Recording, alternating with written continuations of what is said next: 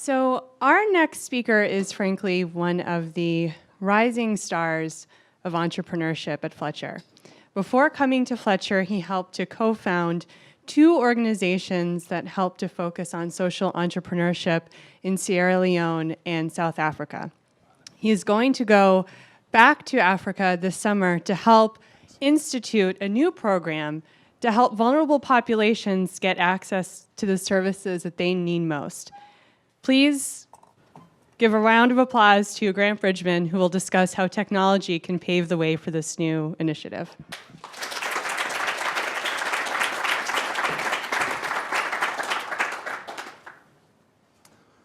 Thank you very much.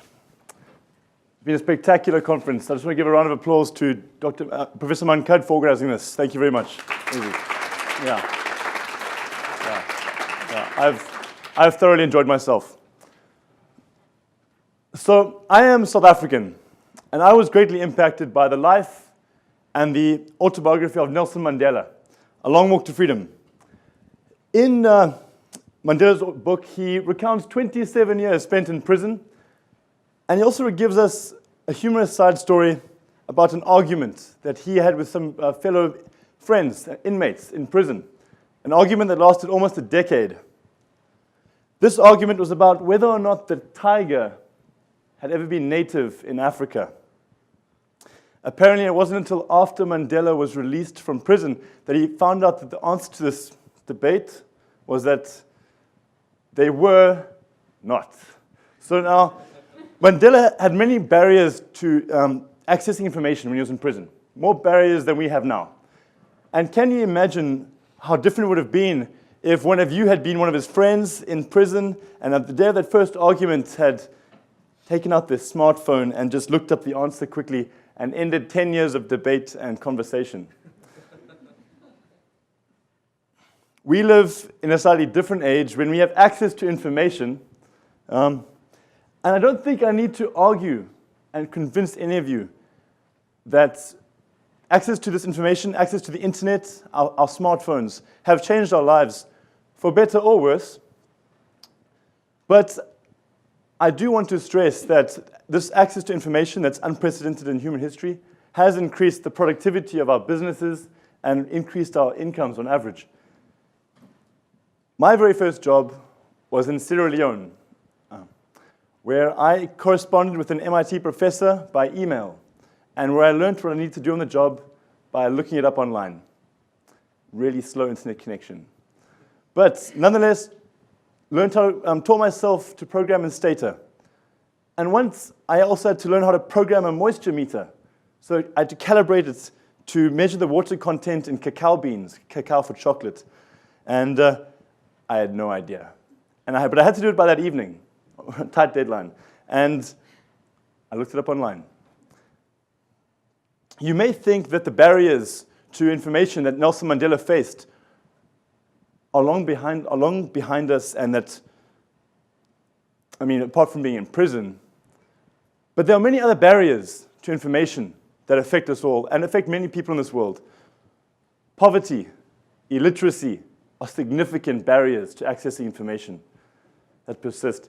Not being able to access a good data network or Tufts Wireless is a significant barrier to accessing information. Governments can be a big barrier to accessing information. Let me tell you about a friend of mine in Sierra Leone called Ibrahim.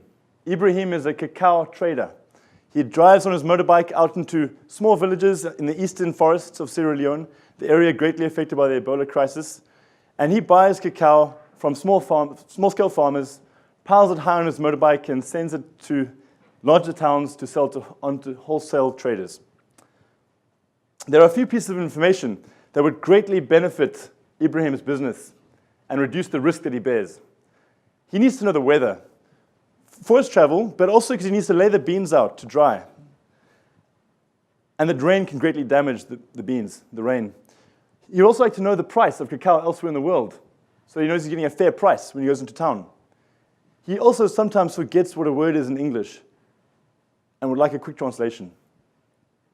Ibrahim does not have access to this information. He doesn't use the internet. But he does have a phone. His phone does have data capability, limited, but he can't afford a data plan. His literacy is also not proficient. Ibrahim is not alone. The International Telecommunications Union recently released figures saying that 40 out of every 100 people in this world use the internet. They also released a similar figure that there are 96 active cell phone subscriptions per 100 people in this world. Now, give and take with some measurement error and for some ghost cell phone subscriptions, that still leaves about half of the world who do not use the internet, but who have a simple phone. Maybe a phone like this. Now, we are in a tragic twist of fate. We who have access to the internet and to constant wireless networks, and we can access the weather in Kailaun right now if we wanted to, where Ibrahim lives. We could access the cacao prices, and we could also find out any word in English in the translation that he needs. But he doesn't have this information. There's a tragic disconnect here. How do we get that information to people like Ibrahim? I mean, I could look it up right now on my phone. How about it? Do you want to look it up? Well, I want to look it up. So, okay, so the weather in Kailaun. So now, Google, tell me, what is the weather in Kailaun tomorrow? Tomorrow's forecast for Kailaun is 89 degrees with scattered. Did you hear that? Okay, thunderstorms tomorrow in Kailaun. How do we tell Ibrahim? We could call him, he has a phone, right? But would it be even better if we could make some way for Ibrahim and the half of the world to access this information whenever they wanted it, on their own terms, just as you access information whenever you want it? I have a plan for this summer.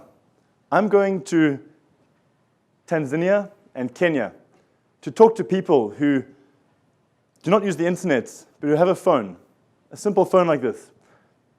I've been given some funding to do this by the Hitachi Center at the Fletcher School. I want to investigate what information these people want to know. What do they want to know? And if they had access to a search engine, what would they ask it?